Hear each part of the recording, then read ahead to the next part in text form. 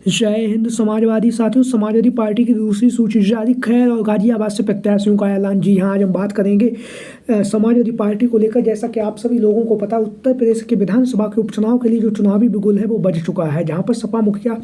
अखिलेश यादव जी लगातार नए जोश और उत्साह के साथ लगातार समाजवादी पार्टी के विस्तार पर ध्यान दे रहे हैं। और लगातार लोकसभा के चुनाव में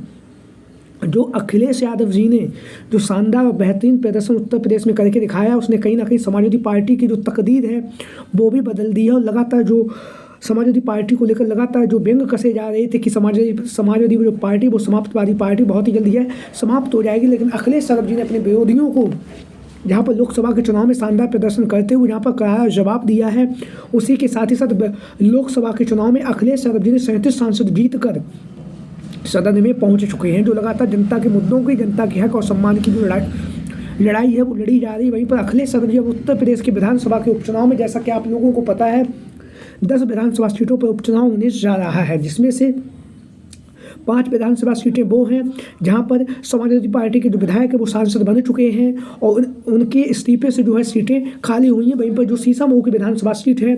वहां से समाजवादी पार्टी के जो विधायक थे इरफान सोलंकी की जो सदस्यता है वो खत्म हो जाने के बाद वहां पर विधानसभा उपचुनाव होने जा रहा है। वहीं पर 3 सीटों पर भारतीय जनता पार्टी के जो विधायक हैं वह सांसद बन चुके हैं और उसके साथ ही साथ 2 सीटें ऐसी हैं जो भारतीय जनता पार्टी उसके सहयोगी जो दल हैं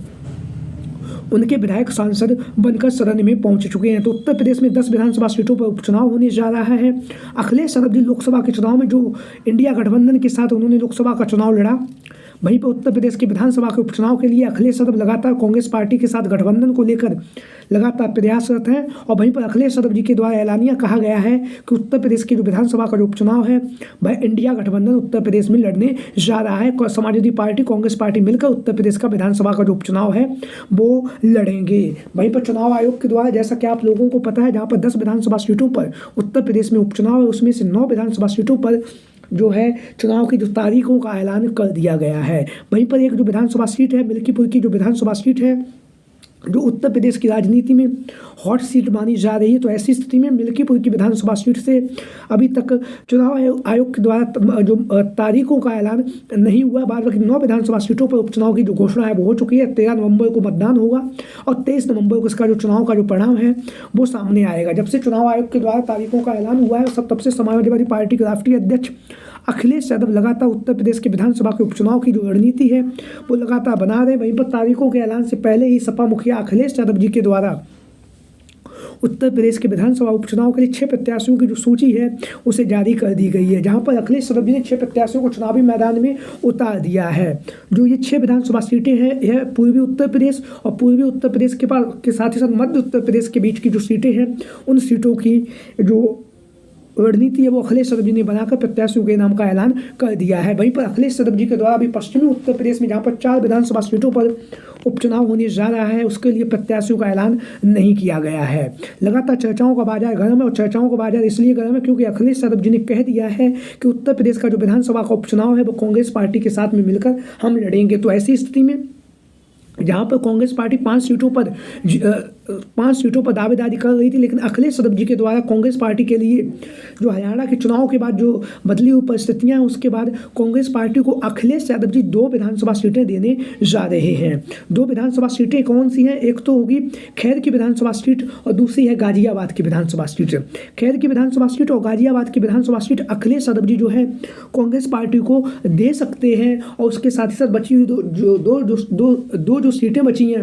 मीरापुर की जो विधानसभा सीट है और उसके साथ साथ जो कुंदरिकी की विधानसभा सीट है, इन दोनों सीटों पर अखिलेश यादव जी समाजवादी पार्टी के प्रत्याशियों का नाम का जो है ऐलान करेंगे। जिस तरह से जो रणनीति बन रही है उस रणनीति के हिसाब से कांग्रेस पार्टी को उत्तर प्रदेश के विधानसभा के उपचुनाव में 2 सीटें अखिलेश यादव जी दे सकते हैं। और अगर ज़्यादा से ज़्यादा हुआ तो अखिलेश यादव जी 1 सीट जो है मीरापुर की विधानसभा सीट है वो भी कांग्रेस पार्टी को दे सकते हैं। लेकिन अभी स्थिति में 2 ही सीटें हैं,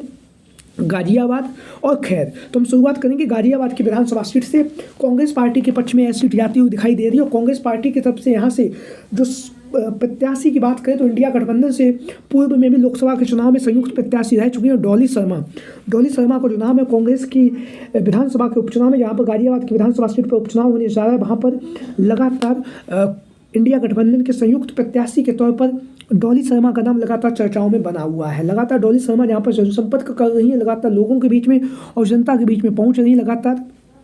कांग्रेस पार्टी और इंडिया गठबंधन का जो प्रचार प्रसार है वो लगातार डॉली शर्मा के द्वारा किया भी जा रहा है। और डॉली शर्मा की जो दावेदारी वो मजबूती के साथ इसलिए भी मानी जा रही है क्योंकि लोकसभा के चुनाव में डॉली शर्मा के द्वारा गाजियाबाद की जो लोकसभा सीट है वहाँ पर काफ़ी शानदार और बेहतरीन प्रदर्शन किया गया, जहाँ पर डॉली शर्मा ने 4 से 5 लाख वोट अर्जित भी किए थे लोकसभा के चुनाव में। तो ऐसी स्थिति में गाजियाबाद के विधानसभा उपचुनाव में कांग्रेस पार्टी के प्रत्याशी के तौर पर डॉली शर्मा का नाम जो है लगातार चर्चाओं में बना हुआ है। लगातार डॉली शर्मा जनसंपर्क कर रही हैं, जनसंपर्क करने के साथ साथ बहुत ही मजबूती के साथ जो है कांग्रेस पार्टी का जो प्रचार प्रसार है वह डॉली शर्मा के द्वारा लगातार किया जा रहा है। डॉली शर्मा लगातार धुआंधार तरीके से चुनाव प्रचार कर रही हैं और वहीं पर मजबूती के साथ जो अपनी टिकट की दावेदारी है वो डॉली शर्मा गाजियाबाद की विधानसभा सीट से पेश कर रही हैं। वहीं पर बात करेंगे गाजियाबाद की जो विधानसभा सीट से अन्य प्रत्याशी के तौर पर जो नाम चर्चाओं में बना हुआ है वो आप सभी लोग जानते हैं, सुरेंद्र गोयल, जैसा कि आप लोग इन तस्वीरों में साफ तौर से देख भी रहे हैं। सुशांत गोयल जो पूर्व में विधानसभा के प्रत्याशी रह भी चुके हैं गाजियाबाद की विधानसभा सीट से, और वहीं पर जो है सुशांत गोयल का जो नाम है वो लगातार कांग्रेस पार्टी के प्रत्याशी के तौर पर लगातार चर्चाओं में बना हुआ है। वहीं पर यहाँ पर एक जो सर्वे हुआ था उस सर्वे में सुशांत गोयल को 62% लोगों ने कांग्रेस पार्टी के प्रत्याशी के तौर पर जो है गाजियाबाद की जो विधानसभा सीट है यहाँ से पसंद भी किया है। वहीं पर इनके जो पिताजी हैं सुरेंद्र प्रकाश गोयल पूर्व में सांसद भी रह चुके हैं। तो अब कांग्रेस पार्टी से के कद्दावर नेता है सुशांत गोयल, और सुशांत गोयल कद्दावर नेता होने के साथ साथ गाजियाबाद की विधानसभा सीट से कांग्रेस पार्टी के प्रत्याशी के तौर पर मजबूती के साथ जो टिकट की दावेदारी है वो पेश की जा रही है। वहीं पर बात करेंगे कांग्रेस पार्टी के अन्य प्रत्याशियों की, अगर बात करें तो यहाँ से वीर सिंह जाटव 14% लोगों ने पसंद किया है, ऋषिपाल सिंह को 7% लोगों ने पसंद किया। अन्य के खाते में 16% वोटर्स हैं, जिसमें से कांग्रेस पार्टी की जो प्रत्याशी के तौर पर जिनका नाम चर्चाओं में चल रहा है उसमें से डॉली शर्मा का जो नाम भी है वो भी जनता के द्वारा पसंद किया गया है। वहीं पर जहाँ पर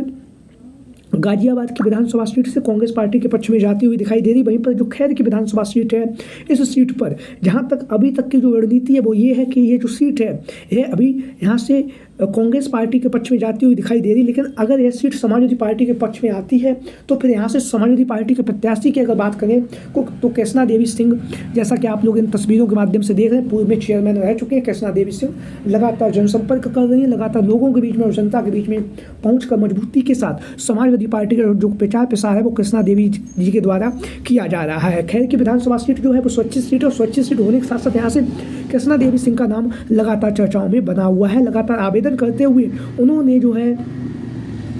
खैर की विधानसभा सीट से टिकट की जो मांग है समाजवादी पार्टी के मुखिया अखिलेश यादव जी के द्वारा कृष्णा देवी सिंह ने की भी है। तो वहीं पर अगर यह जो खैर की विधानसभा सीट है और अगर यह कांग्रेस पार्टी के पक्ष में जाती है तो फिर यहाँ से कांग्रेस पार्टी की तरफ से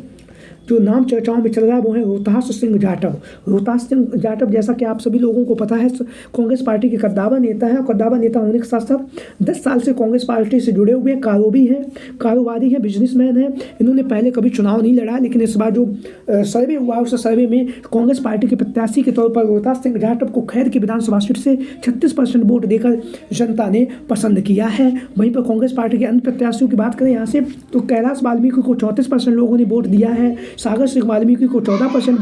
लोगों ने वोट दिया है, वहीं पर अन्य को 15% लोगों ने वोट दिया है। वहीं पर कांग्रेस पार्टी से